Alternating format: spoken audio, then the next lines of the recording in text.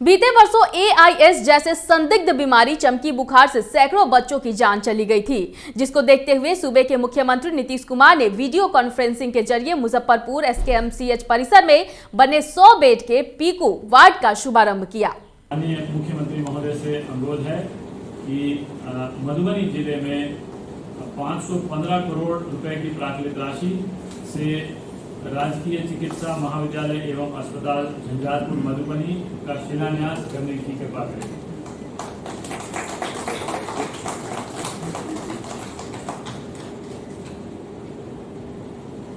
माननीय मुख्यमंत्री महोदय से कार्य जो कराया जाना है उसका कार्यान्वयन करने की कृपा करें।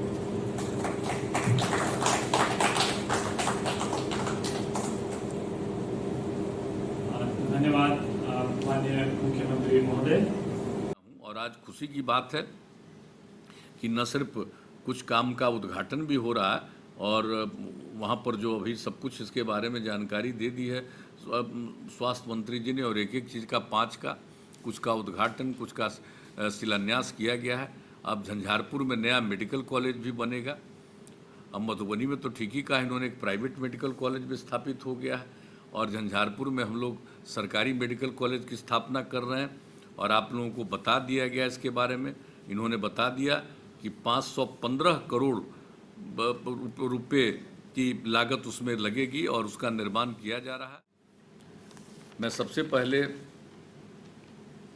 माननीय मंत्री स्वास्थ्य विभाग को और पूरे स्वास्थ्य विभाग को इस बात के लिए धन्यवाद देता हूं कि इन्होंने जो मुजफ्फरपुर का पीकू है, पेडियाट्रिक इंटेंसिव केयर यूनिट, जिसके बारे में पिछली बार हम लोगों ने ये तय किया था कि इसको निर्मित कराएंगे जो स्थिति को देखते हुए, और लक्ष्य के मुताबिक इसका काम पूरा हुआ। जैसा कि बता ही रहे थे माननीय स्वास्थ्य मंत्री जी, बीच में कोरोना वायरस के चलते ये काम रुक गया था, लेकिन फिर उस काम को किया गया और डीएम से लगातार बातचीत होती रही। मुजफ्फरपुर सब लोगों ने मेहनत किया, प्रयास किया और आज ये स्थिति है कि न सिर्फ बनकर तैयार हो गया, बल्कि आज ये खुशी की बात है कि आज भले ही हम लोग इसका उद्घाटन कर रहे हों, लेकिन उसका उपयोग शुरू हो। और ये जो कोरोना वायरस के चलते हो रहा, तो उसके बारे में तो हम सबको यही कहेंगे कि भाई देख लीजिए, कोरोना वायरस के मामले में बिहार में तो जागृति बहुत रही, गांव-गांव के लोगों में जागृति रही, तो ये मामूली बात नहीं है। इसलिए कोरोना वायरस के भी क्षेत्र में भी जो हम लोगों ने जन जागृति का अभियान शुरू किया है, तो जन जागृति का अभियान में सब लोगों का सहयोग होना चाहिए ताकि लोग अलर्ट रहें। मास्क के बारे में उनको बताया जा रहा है, एक दूसरे के साथ दूरी बनाए रखने के बारे में किया जा रहा है। जो लोग 65 साल से अधिक उम्र के हैं, जो गर्भवती महिलाएं हैं, 10 साल तक के उम्र के और उससे कम उम्र के बच्चे बच्चियां हैं, या किसी अन्य प्रकार की बीमारी से ग्रस्त हैं, 4 प्रकार के लोगों को तो बिल्कुल ही ध्यान देना पड़ेगा, उनको अलग थलग रखना जरूर पड़ेगा ताकि किसी का कोई दुष्प्रभाव नहीं पड़ जा रहा। और एक एक चीज़ पर ग्रामीण क्षेत्रों में जो दान में लोग देंगे गांव में, तो उनके नाम पर अस्पताल का नामकरण किया जाएगा। ये हम लोगों ने तय कर दिया हर लोगों के बीच में।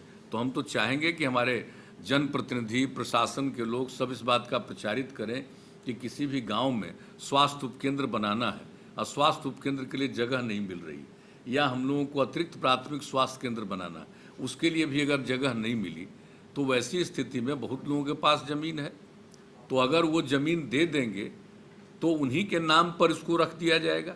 अब आप सोच लीजिए कि थोड़ा ज़मीन देंगे लेकिन उनका नाम अनंत काल तक रहेगा, ये साधारण बात नहीं है। इसलिए सबके बीच में इस बात को प्रचारित भी करना चाहिए ताकि हम लोगों की इच्छा है कि ज़्यादा से ज़्यादा जगहों में हो और लोगों को किसी भी प्रकार की दिक्कत नहीं हो, सब आदमी का स्वास्थ्य का ध्यान रखा जाए। और आप लोगों को हम बता दें कि जापानीज इंसेफेलाइटिस और ये सब का जो गया से लेकर के कई जगहों पर, और हम लोगों ने तो तय कर दिया कि जेई का जो टीकाकरण है वो करीब करीब 26 जिलों में पूरा हो चुका है।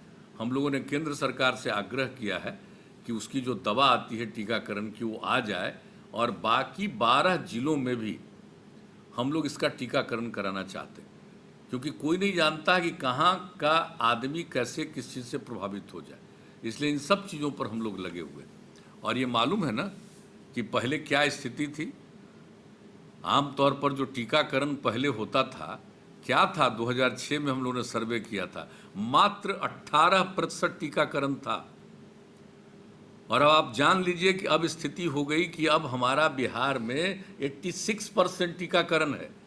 और हम लोगों का लक्ष्य है कि टीकाकरण के मामले में हम लोग देश के टॉप 5 जो 5 राज्य होंगे उसमें हम शामिल रहेंगे। इतना हम लोगों का टीकाकरण के लिए भी है, एक एक चीज़ के लिए। यहाँ पर जो हमारे सदर हॉस्पिटल है उसमें बेड बढ़ाए गए हैं और हम समझते हैं कि SKMCH में और सारी विशेषताएं, कैंसर हॉस्पिटल का भी बात हुआ है, वो भी खुलने की बात हो रही है। तो हम सब काम में आगे बढ़ रहे हैं। NDA सरकार पूरे कॉलेज खोल रहा है बच्चों को पढ़ने के लिए, ताकि हमारे पास जो डॉक्टर की कमी है वो सॉल्व हो जाए, नर्सेज की कमी है वो सॉल्व हो।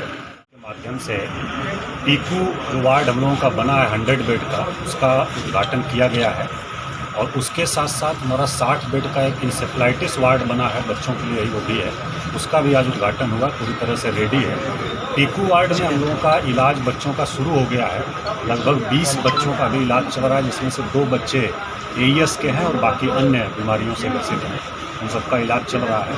हम लोगों के लिए बड़ी खुशी की बात है और बहुत राहत की बात है